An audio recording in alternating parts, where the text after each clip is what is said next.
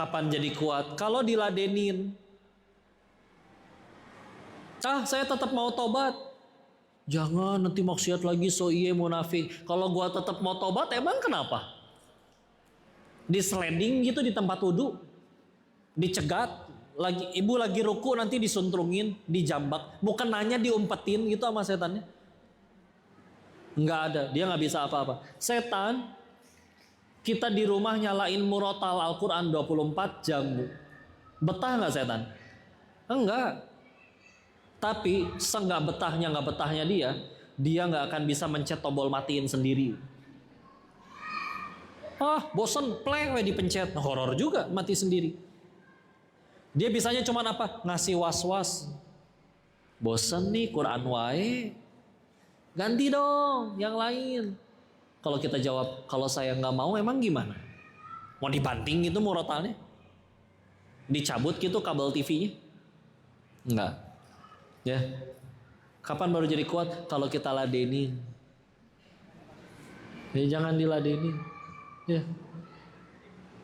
Kesel sama suami, dikomporin, ayo pergi aja reunian, refreshing, ketemu teman-teman. Ternyata waktu reunian tidak hanya ada teman, tapi juga ada mantan. CLBK, tahu CLBK? Cepat lari bau kentut. Bukan ya.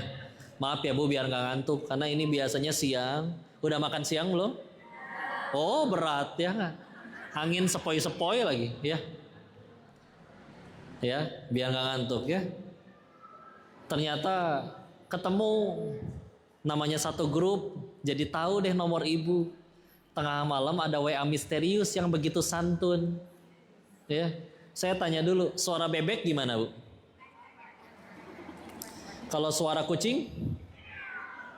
Suara kambing? Kalau suara buaya? Assalamualaikum ukhti.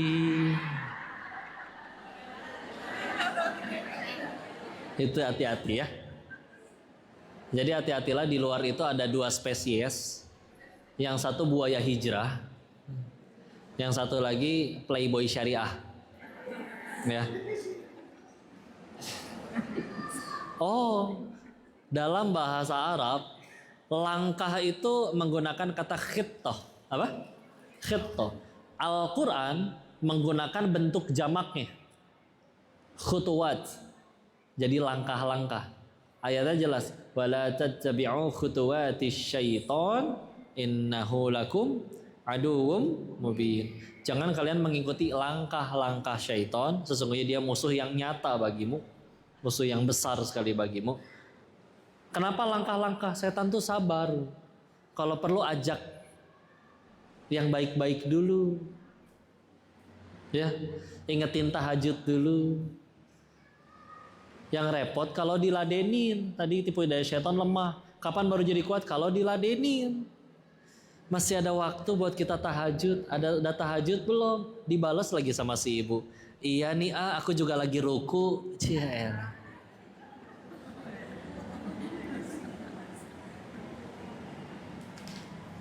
Kalau diladenin berarti.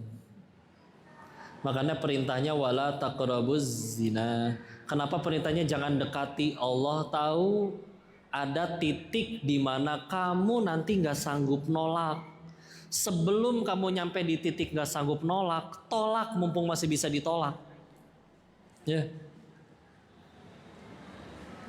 Awalnya coba, kalau akhirnya dari beres WA, udah beres tahajud, ada yang marah nggak aku WA kamu? Teh, pertanyaannya cuma satu teh. Kalian yakin cuma teteh doang yang di WA? Ya, elah ya. Laki-laki mah cenah kayak nyari sinyal wifi. Dicobain satu-satu, yang ngerespon itu yang disikat. Diladenin, habis diladenin, menggali kenangan lama. Kamu masih lucu ya seperti dulu. Ingat gak dulu kita waktu SD gadoin koreng bareng? Gelehnya. Gimana kalau kita besok makan siang? Udah repot. Ketemu, cerita, nyaman. Makanya apa jawaban orang yang pada selingkuh, tahu nggak Bu apa Bu? Sudah berat kok, sungguh perasaan ini sudah terlalu dalam. Sahelah. Pan antum yang masukin dalam-dalam kalau mau jujur ya. Awalnya dia di luar tuh, tapi diizinin masuk. Coba izin punten ya. Dari ketika pulang reunian, tahu-tahu ada WA sosok misterius yang berbunyi seperti tadi ya. Assalamualaikum ukhti. Kalau langsung diblok itu nggak akan ada penyesalan. Siapa dia? Hanya debu luka dari masa laluku. Udah gitu doang. Siapa dia? Bukan belum jadi siapa-siapa. Udah. Yang repot kan kalau diizinin masuk kan. Nyaman. Jadi makanya perintah dari Allah jadi kenapa jangan dekati. Ada titik kalau kamu sudah terlampau jauh, kamu nggak bisa nolak nanti. Mumpung masih bisa tolak. Ya. Tapi itu dia. Inna kaida syaitani kana doifa. Sesungguhnya tipu daya syaitan itu lemah. Jadi kuatnya kapan? Kalau diladenin. Jangan diladenin. Ya. Hati-hati. Salah satu alasan orang itu mudah bermaksiat itu tidak melulu hawa nafsu atau syahwat. Tidak melulu hawa nafsu atau syahwat. Tapi salah satunya adalah apa coba? Kebanyakan waktu luang. Ulangi, terlalu banyak waktu luang, gabut, nganggur, sendirian, ya. Makanya salah satu nasihat ketika sedang futur itu adalah tolong jangan sendirian. Cari siapa aja. Karena ada orang kita malu pengen maksiat, Bu, betul nggak? Iya. Lagi males banget sholat, pengen banget nonton drakor misalkan. Kumpul ke pengajian, masa ada pengajian gini ada ibu di belakang sambil nonton drakor sendirian, malu. Makanya malu itu sebagian dari iman, betul? Ya, jangan diladenin. Tutup, jangan gabut itu ya Allah. Paksain syahwat, sendirian dan yang lain-lain. Aduh. Paksain keluar main bola kek Bu, Ibu kalau kek ya. Nggak bisa main bola kok, bantuin tetangga pindahan Bu. Kalau tetangganya nggak mau pindah gimana kok? Bayarin kontrakannya Pak, pindah Pak, saya bayarin kontrakannya. Yang penting Bapak pindah nih.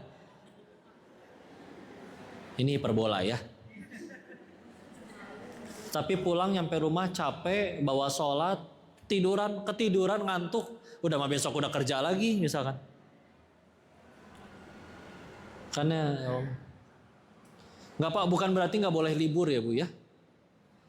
Tapi ya ketika dulu zaman sekolah kita dibilang makhluk sosial tuh salah satu keuntungannya kita bersosial setelah udah ngaji.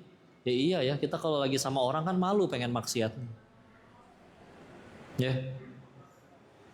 Atau kadang dulu waktu akhirnya masuk pesantren di Darut Tauhid, kok kegiatan padat sekali ya, ibarat sekolah kan masuk jam 7 pulang paling habis zuhur gitu ya, kalau anak SD mah ya paling juga jam 2. Ayo di pesantren mah kan bangun dari jam 3, dipaksain bangun itu, ada musrifnya yang ngegebahin, disuruh tahajud, suruh gantian giliran jadi imam, beres sampai ke subuh, habis subuh ada kajian sambil nunggu syuruk. Habis syuruk paling istirahat, mandi, siap-siap, jam 7 udah kelas sampai jam 9, istirahat setengah jam. Ini dulu ya di Darut Tauhid ya. Setengah 10 kelas sampai zuhur. Isoma, sholat, makan. Jam 1 ada kelas sampai asar. Habis asar ada kelas sampai maghrib. Habis maghrib makan malam. Habis isya setor hafalan.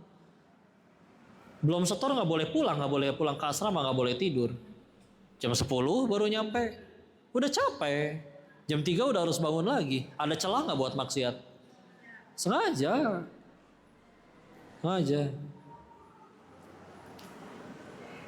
Ya sudah dewasa menikah, disalurkan syahwatnya, menikah, ada jalurnya. Gini ya, perumpamaan syahwat di dalam Islam itu seperti pipa. Di ujungnya ada satu keran. Jadi boleh dikeluarkan, disalurkan, tapi hanya dengan satu pintu. Dalam Islam itu adalah pernikahan. Ujungnya tukeran. Bayangkan kalau misalkan pipa ini dibuat bocor. Dalam artian dia nanti pacaran sebelum nikah, dia jajan sebelum nikah, dia begini dan begitu sebelum nikah. Maka ibarat pipa itu dibikin bolong-bolong di lubang-lubang di tengah-tengahnya. Maka ketika nanti akhirnya nyampe di satu saluran yang benar, ujung keran dibuka, udah gak kenceng airnya. Ya. Karena udah bocor duluan. Ya. Sehingga nanti ya rumah tangganya tidak membara lah ya gitu ya. Jadi yang lain mah honeymoon teh, ini mah karena ya dia udah coba semuanya sebelum nikah ya. Wanitanya baik-baik, dia udah segala macam ya. Maka jadi ibarat sudah tidak ada urgensi lagi, sudah ada tidak ada tekanan, udah bocor di mana-mana ya. Ya itu salah satu masalah kita ya. Musuh kita adalah waswas syaiton, dan kita juga punya hawa nafsu. Tidak dibunuh hawa nafsu itu, tapi diatur oleh syariat. Ya, kita nggak ada hawa nafsu, nggak ada nikah, nggak akan ada punya anak, nggak akan ada keturunan Imam Syafi'i, nggak akan ada. Orang tuanya nggak ada nafsu untuk ini atau nggak tertarik dengan lawan jenis, nggak pengen menikah. Kayak malaikat aja ruku sujud ibadah tiap hari. Ya, dengan akhirnya manusia tambah banyak. Ya. Dari mereka ada yang terakhir orang hebat, jadi kebaikan, menemukan suatu ilmu, menemukan teknologi, ya itu kebaikan. Dan nanti Rasul akan berbangga dengan banyaknya jumlah umatnya. Wahai Rasul, dari mana engkau akan tahu itu umatmu atau umat Nabi yang lain? Sebagaimana kalau kita ngelihat 100 ekor sapi, ada satu warnanya ungu sendiri, yang lain hitam putih, kan kelihatan. Maka umatku nanti akan datang dengan bercahaya di bagian bekas wudunya. Ayo bismillah, dijaga wudunya. Kalian lebih susah sih kalau wudu. Saya pengen wudu gampang loh. Lepas peci, tangan udah digulung. Celana tinggal dikeatasin. Coba ibu pengen wudu gimana? Lepas kaos kaki, di luar ada yang bukan mahram. Masuk pakai kaos kaki, becek, nggak bawa ganti. Maksain becek-becekan. Fase pertama sleting buka dulu nih. Kalau ada yang pakai kancing, agak susah nih. Dikeatasin melorot lagi. Ada yang pakai sleting, ditarik terlalu ke atas susah turunnya. Ya. Tahu kan? Ada yang kayak begitu kan? Yang mungkin paling gampang yang karet ya. Di dalamnya ada manset. Beres. Lepasin jarum pentul. Terus bingung ditaruh di mana. Makanya itu benda yang tercecer. Kadang ada nih di sini nih. Suka tiba-tiba ada di sofa itu. Benda ya. Beres kerudung ada ciput. Kerudung dilepas, ciput dilepas, nggak ada gantungan. Istri saya bisa wudu sambil ngebuntel ciput dan kerudungnya di atas ubun-ubunnya sambil wudu, nggak jatuh kerudungnya. Teknik atau asli. Entah ubun-ubunnya rata atau gimana itu saya kurang paham. Ini wanita luar biasa. Nih. Beres, pakai manset dulu, sletingnya kadang macet dulu. Beres, kaos kaki, ciput. Beres ciput, kalau kerudungnya tinggal lep, ini banyak yang segi 4 ya nggak? Bentuknya segi 4 bisa jadi rapih. Kadang kalau di belakangnya ada gambar Masjidil Aqsa, bisa disetting sama dia benar-benar di tengah itu kerudungnya. Menyon dikit, ulangi. Seni itu asli. Penyok dikit, atur. Ya nggak? Beres, rapi. Komposisi nggak terlalu menyon nutupin alis segala. Fase terakhir jarum pentulnya hilang yang tadi. Benda paling misterius kan itu. Ibu beli setoples gitu, nggak pernah digadoin tapi abis wae. Oh itu benda misterius itu ya. Kecuali kalau ibu lagi sambil nonton TV ngegayem jarum pentul kan enggak ya. Bisa. Lihat bagaimana perjuangan kaum Hawa untuk wudhu itu, Masya Allah. Maka pahalanya pasti lebih besar daripada laki-laki. Ya, luar biasa. Makanya kayak gitu pun akhirnya sama Allah dikasih libur, ada haid. Wah, silakan. Ibu mau ke Rengganis, Menipedi, silakan. Nggak akan kepotong. Asar waktunya sholat. Oh enggak, lagi nggak sholat. Ya, silakan. Pengen biar supaya cantik di hadapan suami. Suami sendiri ya, jangan suami orang ya. Gitulah istilah ya. Izin ya Bu, kalau kita bicaranya data, sahabat dari golongan yang sepuh itu sedikit Bu. Yang terkenal mungkin cuman Abu Sufyan, ayahnya Muawiyah, ya. Sisanya yang sepuh-sepuh, mohon maaf, Abu Jahal, Walid bin Mughirah, mohon maaf ya, mati kafir semua. Mati dalam keadaan kafir, tidak beriman. Tapi tolong coba lihat anak-anaknya Bu, yang dulunya juga sempat memusuhi Rasul, tidak langsung beriman. Anaknya Abu Jahal siapa? Ikrimah namanya. Binnya aja Ikrimah bin Abu Jahal tuh. Tapi beliau ternyata nanti cari Ikrimah radhiyallahu anhu, sahabat Nabi termasuknya. Ikut meriwayatkan hadis. Binnya padahal Abu Jahal. Nggak peduli, karena beragama itu bukan berdasarkan keturunan. Kalau beragama berdasarkan nasab, maka harusnya Abu Lahab dan Abu Jahal masuk surga dan Bilal masuk neraka. Tapi agama itu nggak ngelihat nasab. Nasab mulia bagus, kita nggak bisa pilih lahir di keluarga yang mana. Tapi Allah lihat dari inna akramakum indallahi atqakum. Quran surat 49 ayat 13. Ya. Maka Masya Allah ya. Anak-anaknya tadi siapa lagi? Anaknya Walid bin Mughirah. Ada siapa? Sahabat yang nama belakangnya bin Walid? Khalid. Khalid itu anaknya Walid bin Mughirah. Khalid bin Walid bin Mughirah. Bapaknya pentolan Quraisy. Mati kafir. Anaknya satu-satunya manusia yang nyaris ngalahin Nabi perang di Uhud, Khalid doang. Setelah dan juga akhirnya berakhir kembali menang, ya. Tapi setelah masuk Islam jadi pedangnya Allah. Hikmahnya berarti apa kok? Gak peduli mereka masa lalunya, kita masa lalunya seburuk apa, sesegera mungkin kita cari Allah, hijrah, Allah sediakan masa depan yang terbaik. Bahkan ada satu nasihat ya, kalau ada orang yang dulu maksiatnya hebat tuh, orang hebat dalam kemaksiatannya, suatu saat dia masuk Islam, belajar Islam, dia juga akan jadi orang hebat juga. Ada asalnya, asal dia belajar Islam dengan benar. Umar bin Khattab masuk Islamnya telat gak? Kan yang lebih dahuluan Abu Bakar, Utsman, Khadijah, ya nggak? Ali bin Abi Thalib, Zaid bin Harithah, ya. Umar agak telat, tapi coba lihat ya. Dari sekian banyak sahabat setelah Abu Bakar wafat, yang dipilih malah Umar. Ibnu Mas'ud lebih duluan masuk Islamnya, Abdullah bin Mas'ud. Utsman bin Affan lebih duluan, Ali lebih duluan. Ya. Cuman ketika dia belajar Islam benar-benar jadi orang hebat. Ya. Nggak peduli, asal tadi segera. Karena kalau misalkan dientar-entar, izin punten, mohon maaf. Takut mati kafir duluan. Ya.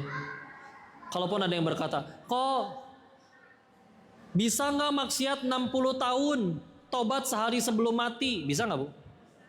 Bisa, asal tobatnya tobatan nasuha. Pertanyaannya tapi satu, siapa yang janjiin kita ada umur sampai 60 tahun lagi? Jangankan 60 tahun, Ibu yakin nanti sore pada nyampe rumah? Wallahu a'lam Bu, umur mau. Makanya hati-hati yang dibawa kipas atau speaker bisa jatuh ketimpa ya. Nggak tenang aman ya. Oh, dibawa lampu gitu. Final destination teh ya. Enggak ya. Kalau kata Allah bukan takdirnya. Jangankan lampu jatuh, meteor jatuh pun sehelai rambut kita nggak akan jatuh kalau belum waktunya. Ya nggak? Ayo. Kalau udah waktunya, qul innal mautal ladzi tafirruna minhu fa innahu mulaqikum tsumma turadduna ila alimul ghaibi wasyahadah. Surat Al-Jumu'ah ayat 8 ya. Katakanlah maut yang kamu lari itu daripadanya pasti akan datang menemui kamu, nggak akan bisa ditunda-tunda. Ya. Maka yuk segera ya. Kabar baiknya begini, kabar baiknya Allah tidak pernah benci pendosa. Allah cuman benci dosanya. Kalau yang dibenci pendosanya, udahan kita. Ya gak? Alhamdulillah yang dibenci bukan orangnya, tapi kelakuannya, perbuatannya. Namanya kelakuan, perbuatan bisa berubah gak? Selagi nyawa belum nyampe kerongkongan, pintu tobat masih terbuka. Apa buktinya kalau saya bakal diterima tobatnya? Kalau saya bakal diampuni? Ayat yang tadi, Fatir ayat 45. Karena berdasarkan ayat tadi, kalau Allah udah gak mau ngampunin kita, kita udah mati dari kapan juga. Dari maksiat yang entah udah berapa tahun lalu. Ya kenapa ini masih pada hidup? Ya, kita bismillah ya. Yuk hijrah, cari Allah. Mulai dari mana? Semampu ibu deh. Ada yang mulainya dari jaga sholat dulu, bagus. Mulai 5 waktu. Ada yang udah 5 waktu, jadi tepat waktu. Ada yang mau mulai nambah apa? Ada yang nambahnya mulai belajar Quran dulu. Ada yang mulai nambahnya mulai nambah sholat duha dulu. Ada yang mulai nambahnya mulai rajin sedekah dulu. Terserah sukanya apa. Allah ngelihat ketulusannya, bismillah. Dan Allah nggak akan pernah bosan, kecuali sampai kitanya yang bosan. Ya, nggak ada Allah nggak ada bosan yang nungguin kita. Kalau Allah bosenan, kita udah mati dari waktu maksiat dulu sekali lagi ya. Nggak ditungguin, diliatin terus kita itu ya kan. Makanya kalau ada orang dibilang selingkuh berduaan di kamar hotel, aslinya nggak berdua, itu rame tau bu. Ada dia nih duaan, ada Allah ngeliatin, ada malaikat Rokib dan Atid masing-masing 2, tuh udah 7 tuh berarti itu. Ditambah dari golongan bangsa jin, Korin, seorang 1, 9 berarti itu di situ tuh. Mereka maksiat, gak ada yang lihat, sayangku. Kebayang nggak itu malaikat sama jin paliat-liat? Nanaonan nih, nges maletoy.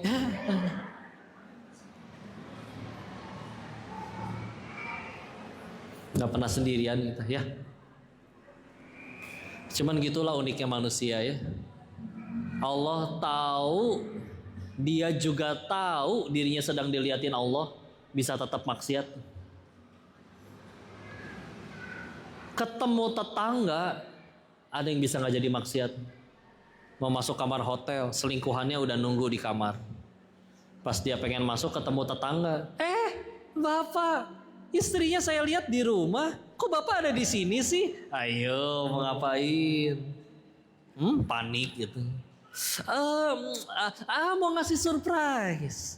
Wow, suami yang baik, dadah, udah ditinggalin. Bisa nggak jadi selingkuh loh itu. Langsung di WA selingkuhannya. Kadang namanya diganti, agen asuransi, atau tukang galon, atau paket COD. Ya. Padahal surga kita nggak di mulut tetangga. Tapi ya gitulah manusia ya.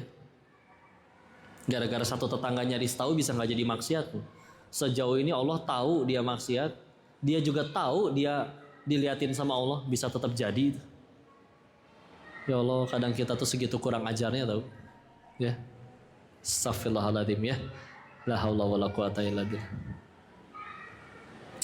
Makanya pilihannya ya cuman 2. Oh, ada yang komen misalkan, kok apakah ini ghibah? Ghibah itu disebut orangnya dan tujuannya pengen ngerusak orangnya. Ya. Dan kalau orangnya tahu ya, dia tidak suka. Ya. Nah ini, apakah dari tadi saya menyebut nama? Tidak ada satupun. Studi kasus saja ambil misalkan. Kalian tahu, bisa jadi selama ini saya ngambil contohnya dari mana? Dari film Azab. Kan skenario itu mah. Tapi bisa ada hikmahnya nggak? Ada. Jadi orang juga macam-macam. Ada yang sibuk ngambil hikmah, ada yang sibuk julid, terserah. Ya. Tugas kita nyampein kebaikan. Kata Imam Syafi'i, setiap kali kita menyampaikan kebaikan, orang cerdas dan beriman akan malu dan berpikir. Orang bodoh dan sombong akan tersinggung dan tidak suka. Karena kata Imam Syafi'i, karena begitulah lalat. Memang sulit ngasih tahu lalat bahwa bunga lebih indah daripada sampah. Ya udah, kita pengen sibuk nyari kebaikan atau kayak lalat sibuk nyari sampah. Ya, jadi ya sudah. Selevel Nabi aja masih ada yang benci, betul? Apalagi Koko yang hina betulan. Ya, bismillah. Tapi Koko pengen, ini nasihat dari guru kami ya. Maksiat itu Bu, kalau terus-menerus dilakukan, pilihannya cuma dua. Satu, Allah buka aibnya.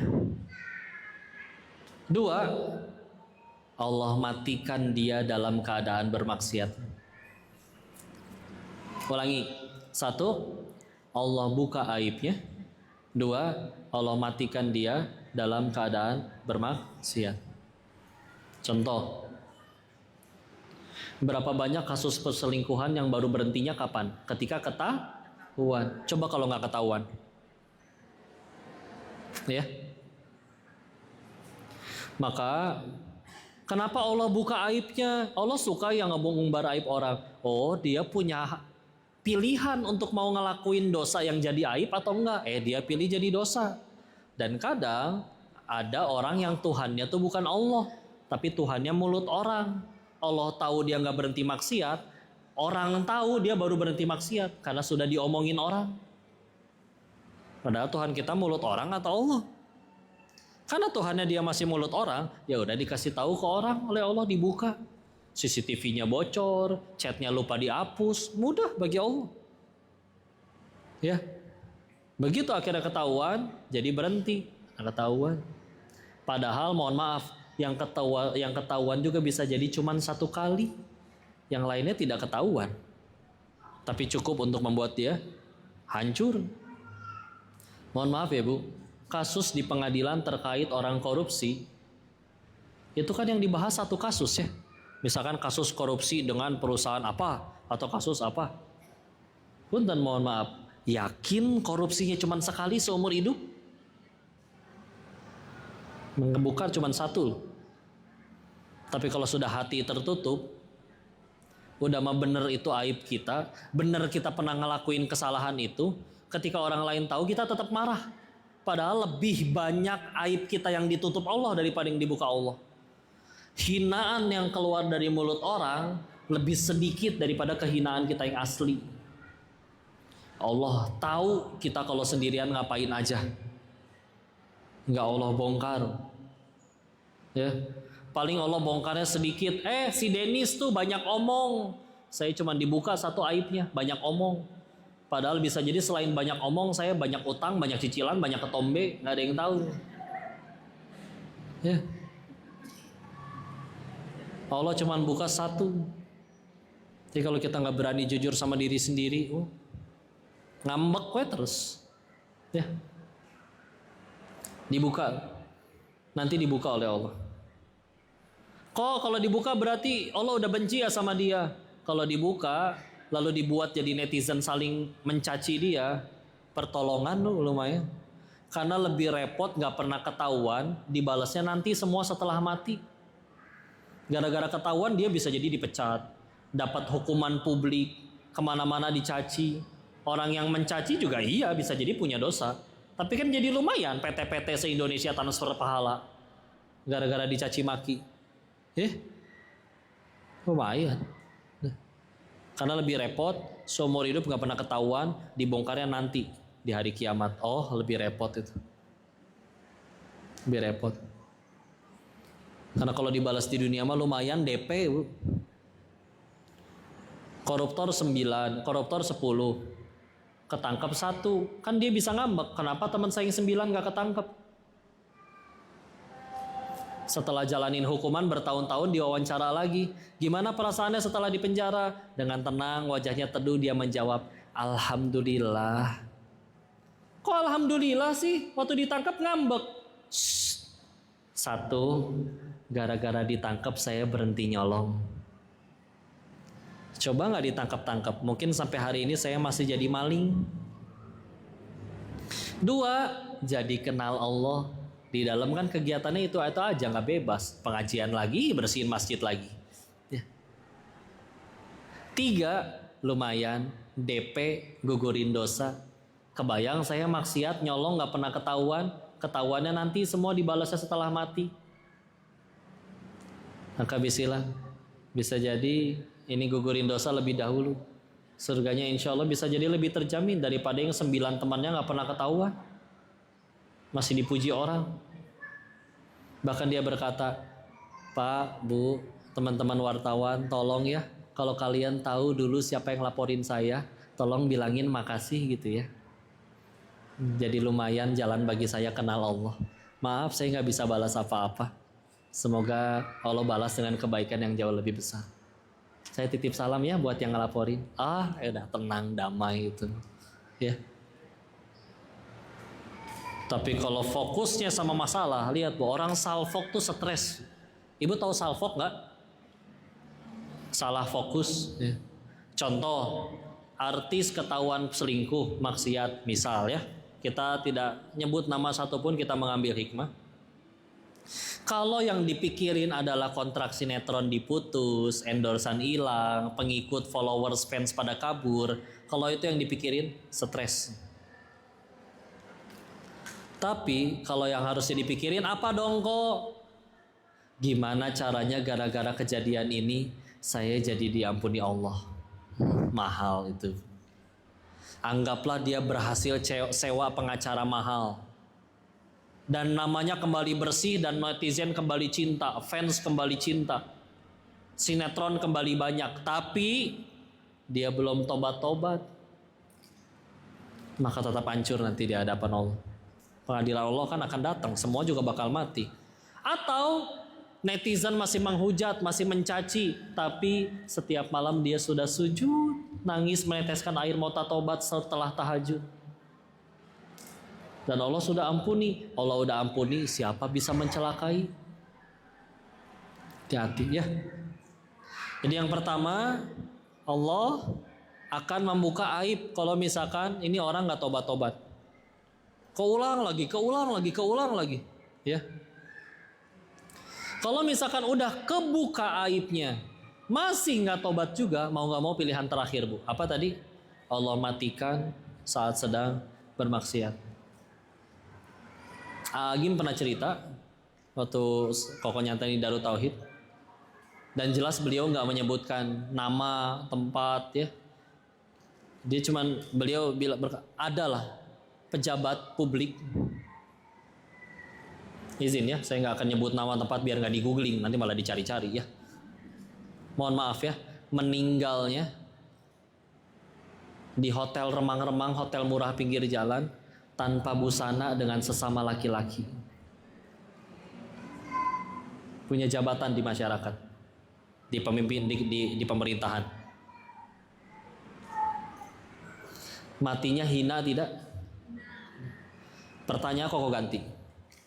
Kira-kira Allah yang segitu maha pengampun, maha pengasih, maha penyayangnya, akankah Allah setega itu matiin orang dengan keadaan sehina itu?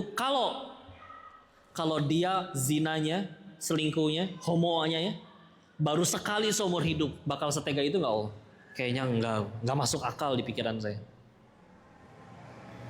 Begitu dicek benar aja bu. Dikirain teh istrinya bakal kaget gitu ya.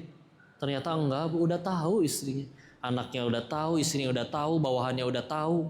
Jadi udah pernah dibongkar, nggak mempan bu. Maka mau nggak mau akhirnya Allah ambil langkah itu. Karena bisa jadi gara-gara matinya satu itu, 1000 orang berhenti itu dari maksiatnya. Ya, hati-hati. Nah, Izin ya Bu, berapa banyak kok kajian itu bicara tentang pemberantasan judi online ya. Efek sampingnya apa? Orang-orang yang banyak utang gara-gara judi online, banyak yang datang ke rumah minta dilunasi hutangnya. Kadang saya kasih dia satu pertanyaan aja.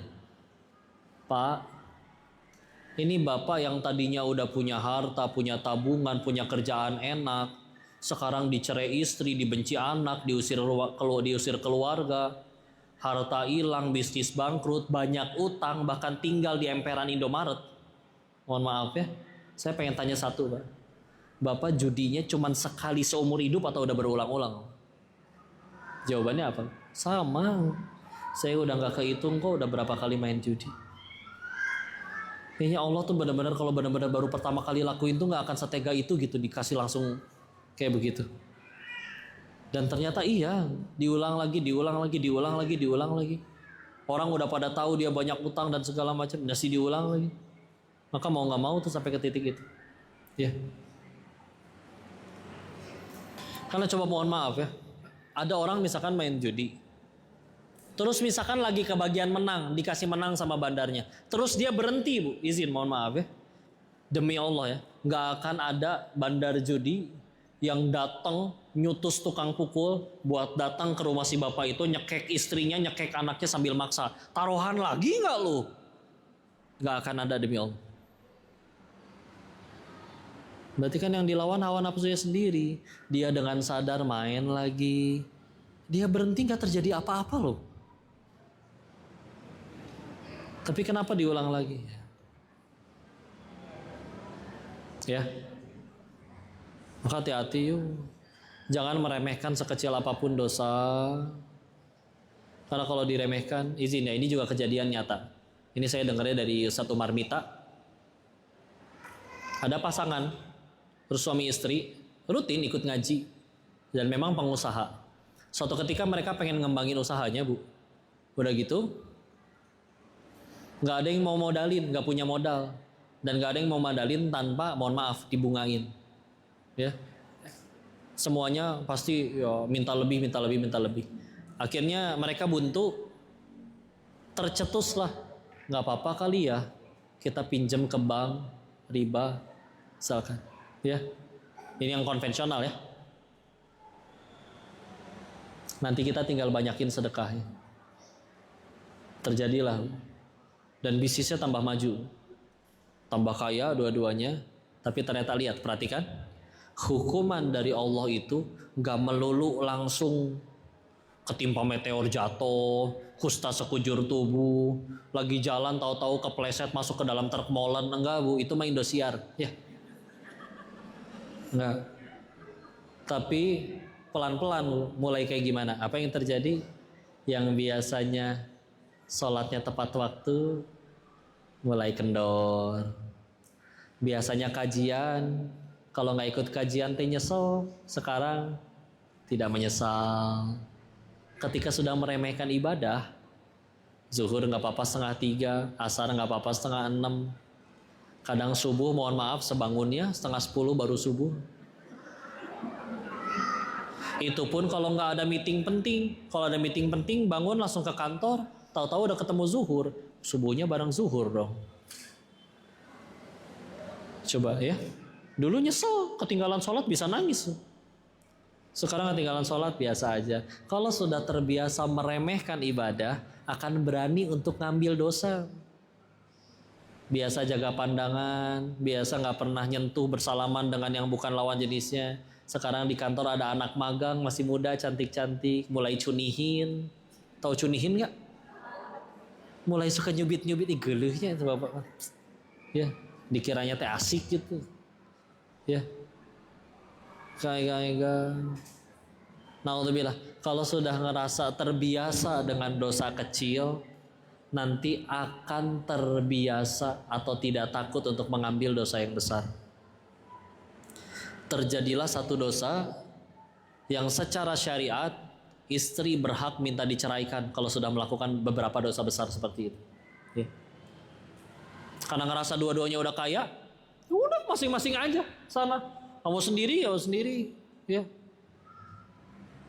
Ketika udah pisah, ya stres. Anak kalau ketemu juga benci dengan ayahnya.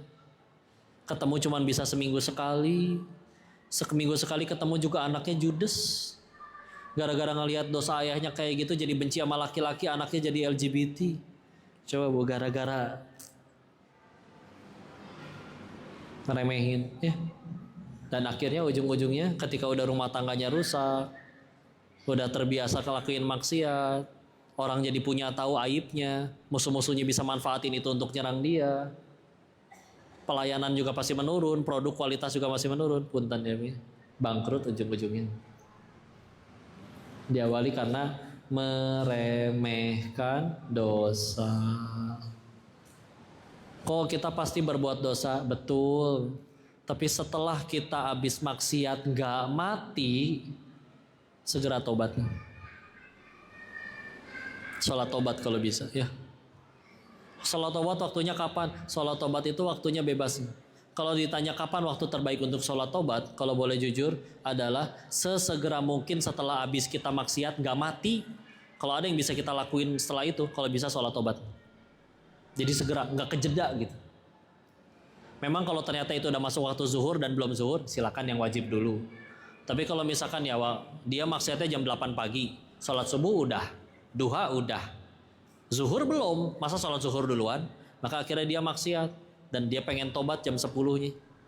Sholat tobat udah, nggak apa-apa, boleh. Ya. Suratnya apa? Qul ya qulhu juga nggak apa-apa daripada nggak tobat sama sekali. Ya.